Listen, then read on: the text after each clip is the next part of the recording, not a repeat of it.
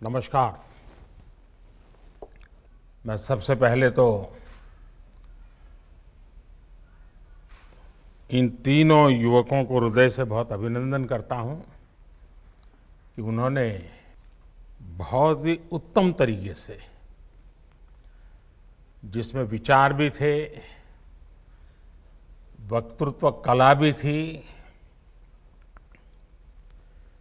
धारा प्रवाह, विचार प्रवाह बहुत ही सटीक तरीके से प्रस्तुति थी।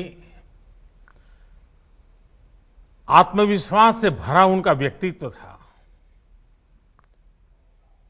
इन तीनों साथियों को, हमारे युवा साथियों को विजेता होने के लिए मैं बहुत हृदय से अभिनंदन करता हूं। लोकसभा के स्पीकर श्री ओम बिरला जी, शिक्षा मंत्री श्री रमेश पोखरियाल निशंक जी,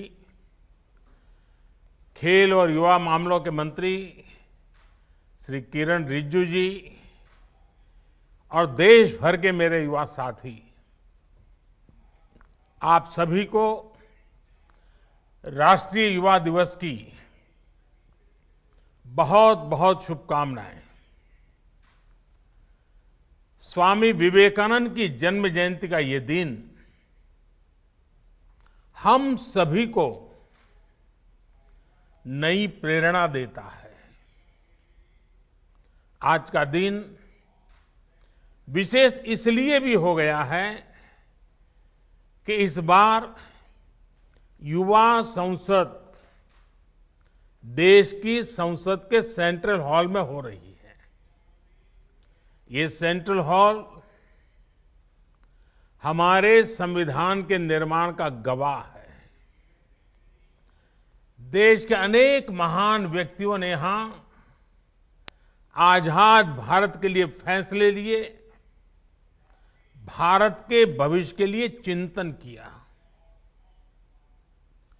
भविष्य के भारत को लेकर उनका सपना, उनका समर्पण, उनका साहस, उनका सामर्थ्य, उनके प्रयास, इसका एहसास आज भी सेंट्रल हॉल में होता है। और साथियों, आप जहां बैठे हैं उसी सीट पर जब संविधान की निर्माण प्रक्रिया चली थी, इस देश के किसी न किसी गणमान्य महापुरुष वहां बैठे होंगे। आप आज उस सीट पर बैठे हैं। मन में कल्पना कीजिए कि जिस जगह पे देश के वो महापुरुष बैठे थे, आज वहां आप बैठे हैं। देश को आपसे कितनी अपेक्षाएं हैं। मुझे विश्वास है ये अनुभव इस समय सेंट्रल हॉल में बैठे सभी युवा साथियों को भी हो रहा होगा। आप सभी ने जो यहां संवाद किया, मंथन किया, वो भी बहुत महत्वपूर्ण है। इस दौरान स्पर्धा में जो विजेता हुए हैं उनको मैं बधाई देता हूं, अपनी शुभकामनाएं देता हूं। और यहां जब मैं आपको सुन रहा था तो मुझे विचार आया और इसलिए मैंने मनोमन तय किया है कि आपके जो भाषण है उसको मैं आज मेरे ट्विटर हैंडल पर से ट्वीट करूंगा। और आप तीन का ही करूंगा ऐसा नहीं, अगर रिकॉर्डेड मटेरियल अवेलेबल होगा तो मैं जो कल फाइनल पैनल में थे उनके लिए भी उनके भाषण को ट्वीट करूंगा, ताकि देश को पता चले कि संसद के परिषद में, इस परिसर में हमारे भावी भारत कैसे आकार ले रहा है। तो मेरे लिए ये बहुत गर्व की बात होगी कि मैं आज आपके भाषण को ट्वीट करूंगा। साथियों, स्वामी जी ने जो देश और समाज को दिया है, वो समय और स्थान से परे हर पीढ़ी को प्रेरित करने वाला है, रास्ता दिखाने वाला है। आप देखते होंगे कि भारत का शायद ही ऐसा कोई गांव हो, कोई शहर हो, कोई व्यक्ति हो जो स्वामी जी से खुद को जुड़ा महसूस न करता हो, उससे प्रेरित न होता हो। स्वामी जी की प्रेरणा ने आजादी की लड़ाई को भी नई ऊर्जा दी थी। गुलामी के लंबे कालखंड ने भारत को हजारों वर्षों की अपनी ताकत और ताकत के एहसास से दूर कर दिया था। स्वामी विवेकानंद ने भारत को उसकी वो ताकत याद दिलाई, एहसास कराया, उनके सामर्थ्य को उनके मन मस्तिष्क में पुनर्जीवित किया, राष्ट्रीय चेतना को जागृत किया। आप ये जानकर हैरान रह जाएंगे कि उस समय क्रांति के मार्ग से भी और शांति के मार्ग से भी, दोनों ही तरह से जो आजादी के लिए जंग चल रहा था, आजादी की लड़ाई लड़ रहे थे, वो कहीं न कहीं स्वामी विवेकानंद जी से प्रेरित थे। उनकी गिरफ्तारी के समय, फांसी के समय स्वामी विवेकानंद से जुड़ा साहित्य जरूर पुलिस के हाथ आता था। तब इसका बाकायदा अध्ययन करवाया गया था कि स्वामी विवेकानंद जी के विचारों में ऐसा क्या है जो लोगों को देशभक्ति के लिए, राष्ट्र निर्माण के लिए, आजादी के लिए मर मिटने की प्रेरणा देता है, हर नवयुवान के मस्तिष्क को इतना प्रभावित करता है। समय गुजरता गया, देश आजाद हो गया, लेकिन हम आज भी देखते हैं स्वामी जी हमारे बीच ही होते हैं, प्रतिपल हमें प्रेरणा देते हैं। उनका प्रभाव हमारी चिंतन धारा में कहीं न कहीं नजर आता है। आध्यात्म को लेकर उन्होंने जो कहा, राष्ट्रवाद, राष्ट्र निर्माण, राष्ट्रभक्ति को लेकर उन्होंने जो कहा, जन सेवा से जग सेवा को लेकर उनके विचार आज हमारे मन मंदिर में उतनी ही तीव्रता से प्रभावित होते हैं। मुझे विश्वास है आप युवा साथी भी इस बात को जरूर महसूस करते होंगे। कहीं पर भी विवेकानंद जी की तस्वीर देखते होंगे, कल्पना तक आपको नहीं होगी, मनोमन आपके मन में एक श्रद्धा का भाव जग, सर आपको उनको नमन करता होगा, ये अवश्य होता होगा। साथियों, स्वामी विवेकानंद ने एक और अनमोल उपहार दिया है। ये उपहार है व्यक्तियों के निर्माण का, संस्थाओं के निर्माण का। और ज्यादातर ऐसे विषयों की चर्चा भी थोड़ी कम ही होती है, लेकिन हम अध्ययन करेंगे तो पाएंगे कि स्वामी विवेकानंद ने ऐसी संस्थाओं को भी आगे बढ़ाया जो आज भी व्यक्ति के निर्माण का काम बखूबी कर रही है। उनके संस्कार, उनका सेवा भाव, उनका समर्पण भाव लगातार जगाती रहती है।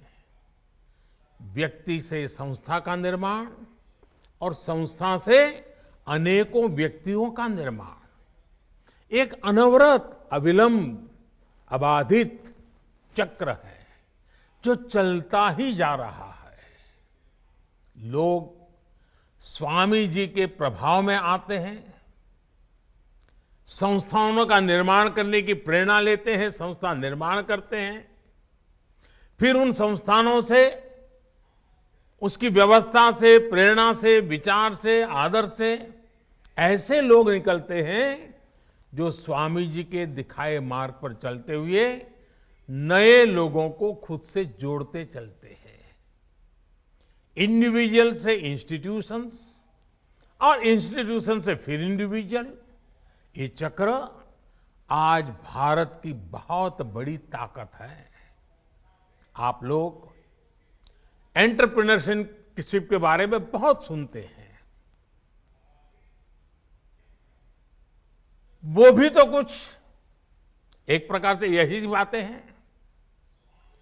एक ब्रिलियंट इंडिविजुअल एक शानदार कंपनी बनाता है, बाद में उस कंपनी में जो इकोसिस्टम बनता है, उसकी वजह से वहां अनेकों ब्रिलियंट इंडिविजुअल्स बनते हैं। ये इंडिविजुअल्स आगे जाकर और नई कंपनियां बनाते हैं।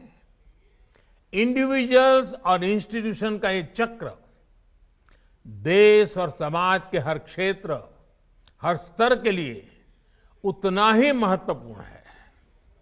साथियों, आज जो देश में नई नेशनल एजुकेशन पॉलिसी लागू की गई है, उसका भी बहुत बड़ा फोकस बेहतर इंडिविजुअल्स के निर्माण पर है।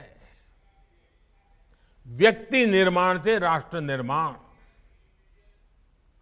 ये पॉलिसी युवाओं की इच्छा, युवाओं के कौशल, युवाओं की समझ, युवाओं के फैसले को सर्वोच्च प्राथमिकता देती है। अब चाहे जो सब्जेक्ट चुनिए, चाहे जो कॉम्बिनेशन चुनिए, चाहे जो स्ट्रीम चुनिए, एक कोर्स को ब्रेक देकर आप दूसरा कोर्स शुरू करना चाहें तो आप वो भी कर सकते हैं।